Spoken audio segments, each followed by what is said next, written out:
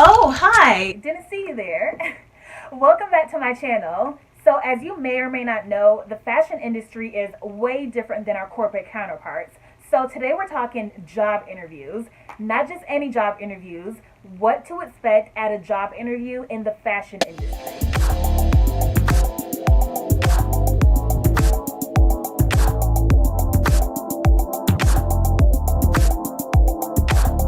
I've had some crazy interview experiences in my day, from being ghosted by my interviewer to having my phone die on me the day of a huge interview across town and having to take my whole laptop with me in my car to help me navigate. But we're not here to talk about that. We're here to talk about when you get in the room and your interviewer actually showed up. So one of the biggest reasons I created my website Fashion Mentor was to teach you all the things that I wish I learned in fashion school, because one of the things that I didn't learn was how to get a job. I mean, they taught us how to do the job. I learned how to sew. I learned how to sketch. I majored in fashion design, if that didn't give it away.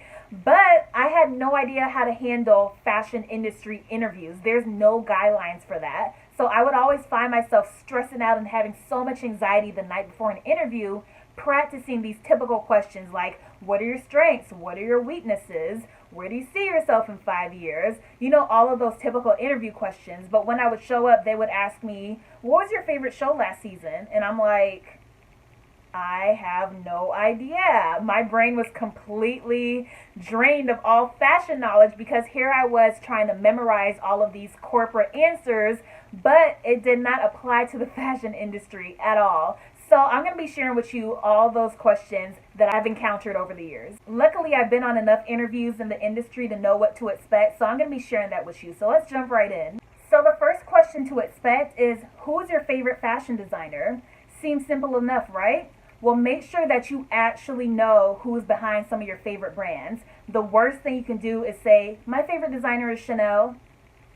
No, who designs for Chanel? Madame Coco Chanel has been long gone, rest her soul. You have to know who is currently at the helm of your favorite fashion brands. That not only shows that you are up to date with the industry, but it shows that you're serious about this career path, because you know the key players in the industry. So if your favorite brand is Balmain, don't say my favorite designer is Balmain. You're going to say my favorite designer is Olivier Rousteing. Or if you love Gucci, do not say my favorite designer is Gucci. That the creative director is Alessandro Michele. You know, gotta have that Italian accent in there. So do your research, find out who is behind your favorite brands. So make sure that you have 2 or 3 designers at top of mind that you really love, so when that question comes up, you're like, oh, I know exactly who, I know why, I can convey the reasons why this designer aligns with my vision, or whatever it may be. Explain why you love them so much, what it is about their aesthetic that you can relate to, or maybe their story, maybe you have a similar background, whatever it is. And you might find that you have something in common with the person that's interviewed. So go ahead right now, if you have to, brush up on your designers, get that designer 101 going in your brain, and know who's behind your favorite labels. Or let's say you're interviewing for a big celebrity stylist to intern with them or to assist them, and they ask you, who are your favorite stylists, or who's your favorite stylist? Make sure the person interviewing you or the person that you're applying to work for is on that list. Okay, so flattery will get you everywhere in this industry. And it doesn't have to be, you don't have to do the most. You don't have to say, oh my God, like I thought, you don't have to do all that. Just say, oh yeah, I love that editorial that you did for Harper's Bazaar. That red dress was everything. Just throw it in there a little bit and let them know that you actually been paying attention to them, and that you haven't just been sending your resume to 20,000 people and seeing who bites the bait. Next question is, why do you love fashion, or what does fashion mean to you? Now, you want to make sure that you have a genuine, real to your heart response for this one, because people can smell BS a mile away. So you want to have a real reason as to why you love fashion, and it has to be deeper than, oh, I love clothes, I love style. Really dig deep and figure out, what is your why? Why do you want to work in this industry? What about it appeals to you? So my personal why is, I love that fashion is the ultimate form of self-expression. You put on a new outfit and it completely transforms how you or your client or whoever feels putting on that garment, and it completely transforms how you perceive yourself, how others perceive you. It changes the way you feel about yourself. I mean, just think about how you feel wearing a fancy dress versus a t-shirt and jeans. So you carry yourself different. You have that certain feeling, that certain vibe about you. So really have an explanation as to why this industry means so much to you and why you want to be a part of it. So another question that you'll get at most interviews, even outside of the fashion industry, is where do you see yourself in 5 years? Now make sure that your answer aligns with the vision of the industry that you're working in. If you're on a fashion interview and you tell them, well, I really want to be a chef, they're going to be like, why are you here? And nothing wrong with pursuing other passions, but you really want to convey that you're trying to get that experience to really build your skill set. So even if you're interviewing for an e-commerce fashion company, but your ultimate goal is to become a buyer or a merchandiser, express that. Say that you're just trying to gain more experience in the industry and see where your strengths are. So always tie it back to the industry and to the job. So another one you might get is, what are some of your favorite trends? Now this one might trip some people up because there's a lot of people that say they don't follow trends, which is very true. You don't have to follow trends at all. I'm all about having your own style, but it's imperative if you're working for a company that you have some type of awareness of what's hot and what's not. Make sure that you do a quick brush up on the internet or on social media to know what's currently trending. What are the stars wearing? What are the hottest influencers promoting right now?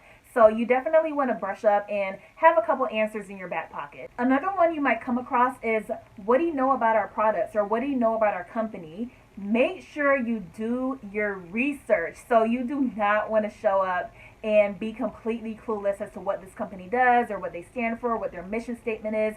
Go on their website and familiarize yourself with their latest launch, their latest campaign, so you know exactly what you're going to bring up during the interview. And if you're actually a fan of that company, or if you use their products, you shop with them, be sure to mention that. People want to work with people who are passionate about the same things that they're passionate about. I remember when I interviewed for Revolve, I let it be known that it was on my vision board to work on that company, and I literally told the recruiter that I was doing backflips when I heard that I got hired. So they love that enthusiasm. You don't want to just be another person in the stack of resumes and just like, oh, I want to work at your company. Like, show your personality. I mean, once you're working with people, you're working with them minimum of 8 hours per day. So people want to be around people that they like. Bottom line. So the fashion industry is super competitive. As you know, it's very dog-eat-dog world out here. So what are you going to do to make yourself stand out at that interview? This is a roundup. Make sure you know the key players in the industry. Know the key players in your specific part of the industry. If you work in the luxury retail space,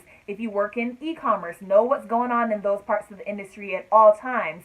Familiarize yourself with trends and know that companies or that designers or that stylist or that person's history like the back of your hand. Know what's happening next for them. So make sure you have 2 or 3 designers in your back pocket ready to talk about in any given time during that interview.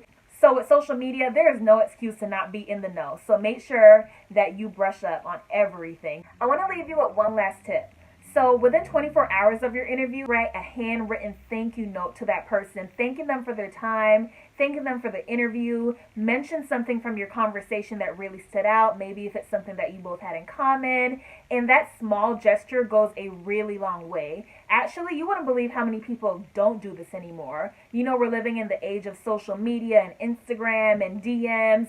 So a handwritten note in the mail, it makes a major impact. So I promise you that's going to make you stand out from the rest of your competition. So bottom line, do not underestimate the power of studying. That is going to be your competitive advantage in this dog-eat-dog industry. I promise you. Know the company like the back of your hand. Make sure that you know the basic facts at least. That might come up at the interview. I remember when I interviewed for BCBG, I honestly think I got the job because I mentioned somewhere in that interview that it was their 25-year anniversary. And it was a phone interview, but she seemed really impressed that I knew that fact. So little things like that, make sure that you study. So now that you have a better idea of what to expect, I want you to go out there and make me proud.